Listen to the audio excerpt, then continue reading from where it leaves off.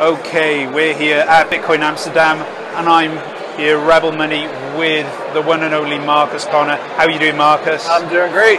Mate, it's an absolute joy. We talk so much on the internet and interviewed you in New York, but it's actually great to meet you in person, man. Thanks. So how are you finding Amsterdam so far? It's wonderful. It's also great to meet you in person. Thanks, mate. Yeah. No, Amsterdam is really wonderful. It's my first time here, and I'm really enjoying the city and the bicycles everywhere. You know, and the beauty of the city is just beautiful. It is amazing. They're not the pretentious bikers that they are in the US. That's right. They don't have to wear their helmets and their special outfits. They're just in their everyday clothes, whether they're fancy or not. They're using them very utilitarian, getting from A to B. And they'll run you over too. They will. They're very efficient at doing that. Yeah, there's no room to walk in this city. If you're not on a bike, watch out. Exactly. It's, as you say, it's a beautiful city, and here it's a wonderful conference as well. So many people here, so many talented artists and art on display. Of course, as part of that, we have got some of your pieces, and just behind you there, we have got one of two pieces that you are showing at this particular event. Talk us through this piece here. Yeah, so there's the Bitcoin Land ticket, your ticket to ride the greatest money on earth. So recently I put together the Bitcoin Land token series for the Bitcoin coaster cards, and the people who collected all 4 cards, 1 through 4 of Series 3, actually got a free physical bonus. And part of the physical bonus was a Bitcoin Land ticket. They're actually hand numbered, but they've been professionally printed using a process called letterpress, where this is a 2-color process, the blue and the red, and it's actually pressed into the paper. So if you want to hold it up to the light, look at it closely, you can see it's like embossed. It's a really nice, printing process. It gives a really good touch to it. So, I brought one to show for the conference, and each one is individually hand numbered. So the people who collected the tokens, they got a ticket as well as a map brochure of Bitcoin Land. So, what was the inspiration behind Bitcoin Land for all those people? And indeed, was it your previous work for Bitcoin Roller Coaster? Well, yeah. I mean, the Bitcoin roller coaster, doesn't live by itself. Obviously, where do you go to ride a roller coaster? You go to a theme park, an amusement park, and so I have thought of that. Well, what is the theme park? What is the amusement park where the Bitcoin roller coaster exists? Well, obviously, it's just like Disneyland, but it's Bitcoin Land. It's even better. It's the greatest money on earth. So Bitcoin Land, of course, features lots of different attractions, from even the fiat slide, where you have to climb the stairs all by yourself, and then it's just down from there. It only goes down. It's scary. But from there you go to the gold teacups, and you can just sip your tea, and you're not going to really go up, and you're not really going to go down. You're just going to go in circles. But then there's the corn maze, where you can just spend time discovering Bitcoin, what it's all about, and the rabbit hole. So then there's other attractions as well. So yeah, that's the idea. It's the amusement park where, of course, you're going to find the Bitcoin roller coaster, but all the other fun attractions as well.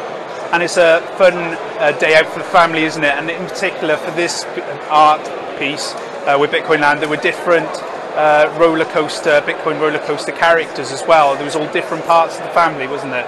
Yeah, that's right. The whole family is there. Bitcoin guy and Bitcoin gal, and their 2 kids, Satasha and Satoni. Their daughter and their son. So they're all there. They got their little sats. When you're a Bitcoin guy and you have kids, they're just little sats. So of course. But yeah, so all these Bitcoin characters are in the park enjoying it, and and people can go as well. But yeah, that's the idea. I think it's great, and I also think that it's great having the physical piece there. And I have seen it. I have been up and close in the grill of that piece, and it genuinely it feels like it does feel like a 1920s kind of theme park ticket, and it's just something that I'm sure the collectors of the tokens will treasure for years to come. How many of those were actually released to collectors in the end? Are you allowed to say? Yeah. So. As of now, it was between 50 and 60 have gone out. So some people got more than one based on what they collected. And there are more that will be available, but I haven't actually decided how I'm going to sell or distribute those yet.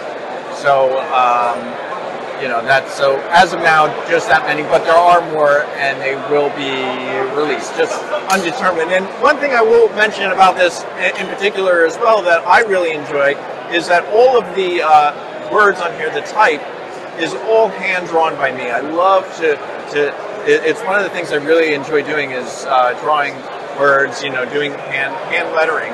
The Bitcoin land, the logo, it's a black letter style, but I created that by hand, and all of the words on there, the letters and such. I love to do that all by hand, so just feel it gives it a really nice touch, I think it does. It adds that personal It adds that personal connection between the artist and the collector as well, isn't it? And that's what I love about Bitcoin art and the way you do your art as well, is that there is collectors have collected these 3 tokens in order to get this piece here. So it's an ongoing story between you and the collectors, not just kind of like, there's your image, see you later. There is a dialogue in between you and your collectors, and it definitely shows in there. And there's, as I say earlier, there's so much love, care and attention gone into one ticket, but it's worth it. And all the holders of the tokens, if you haven't received them already, have they received them yet? Yeah, they've all gone out. Maybe every person hasn't received them yet, because I sent some of them out actually just before I traveled over to Amsterdam. So I know a number of them have received them, and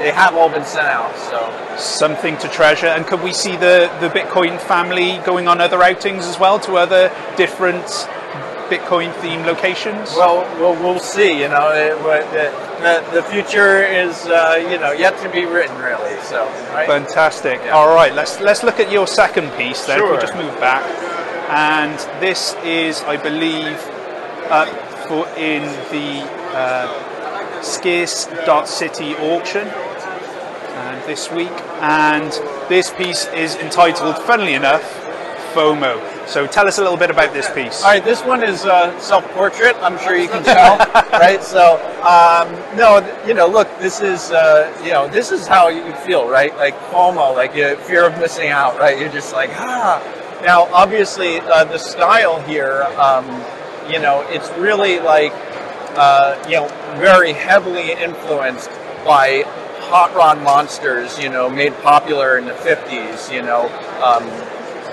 Ratfink was a really popular character created, and I always really liked him growing up. So that's clearly what this style is very influenced by. And a lot of artists do similar things to this, but I just wanted to capture that moment of just going crazy, like you're whatever it is that's happening, and you're just your eyes are popping out, your mouth is watering. And it's fun. I think it's. I enjoyed this. Also, this is a painting, and then as well as I have on canvas, then I also have the FOMO word is actually painted onto a separate piece of wood that I cut out and sanded down a bit, so that, and it's actually movable.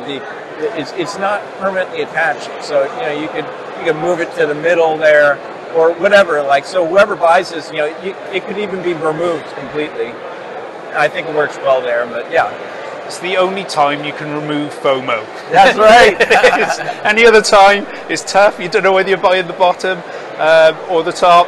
It's just so difficult. And that's what I think that piece captures, is just that it's pure emotion, isn't it? It's Yeah. the kind of the frustration, at the same time the desire, isn't it, to of Bitcoin, and am I buying the top? Am I missing out all the time? That's always on kind of the Bitcoiners' minds, and I love this. It's I'd say slightly different from your previous works as well, from the Bitcoin Coaster guy, and it's great to see kind of your art developing. And are we going to see the FOMO character in a lot more pieces in the future? I mean, it's possible. Again, I'm not committing to anything in the future, you know. But this is this style, even though maybe not familiar to me doing this kind of thing in the Bitcoin world, is certainly something I grew up loving and drawing. Similar works like this when I was younger. Because I have been an artist my whole life. Done a lot of art. Actually, my best friend, he looked at it and he said, "Oh, well, that is definitely you and your style." So even though it may not be, this type of thing may not be super well known, because people know me for the Bitcoin roller coaster. This is, just maybe another little side of me, and I certainly do like it. And there have been some very positive comments on Twitter about it, which is really nice to see. I love to hear when people, have reactions to my work, of course. I am one of those. I really like the piece. I think it's really, really cool. It definitely, for me, it definitely screams that emotion, which of FOMO out there. Did you paint this on purpose during a beer market? Or No, I did this really FOMOing to not miss out on this conference is really what it was about. Truth be told, okay, I was actually working on a different art piece for this conference, and it did not come out the way I wanted, and I abandoned it. This happens sometimes as an artist, and I said it wasn't good enough. It wasn't to my standard. And so I keep an ongoing list of artwork ideas. So whenever I have an idea, I add it to my list. So I went back to my list and I said, I need something. And of course, FOMO is like, that's it. I'm fearing missing out on this conference. I got to have some art. And so this was a lot of fun. I actually used some paint markers on this as well as acrylics. So particularly the black lines are done with a paint marker, so they actually around him and his lines, they're actually more of like a matte finish versus the regular acrylic, which is a little shinier. But the oranges and the reds, those are all with acrylic, and the white as well. So it's really just the black lines, and then even the black background is also acrylic. It's just around him there's a flat black line. I think it gives it a really nice contrast actually when you see it in person. Definitely, and I can attest to that, stood here, that it definitely does make the piece pop out there. Well, Marcus, I'm so glad you did have FOMO for this event, because you've given us a wonderful piece that is available for bidding now on scarce.city, between now, which is Wednesday, and Friday. So go on there. If you want to purchase a FOMO, then please go on scarce.city. Thank you so much for giving your time today. Thanks. And hope you have a good time in Amsterdam. Yeah, I'm having a great time. Thank you.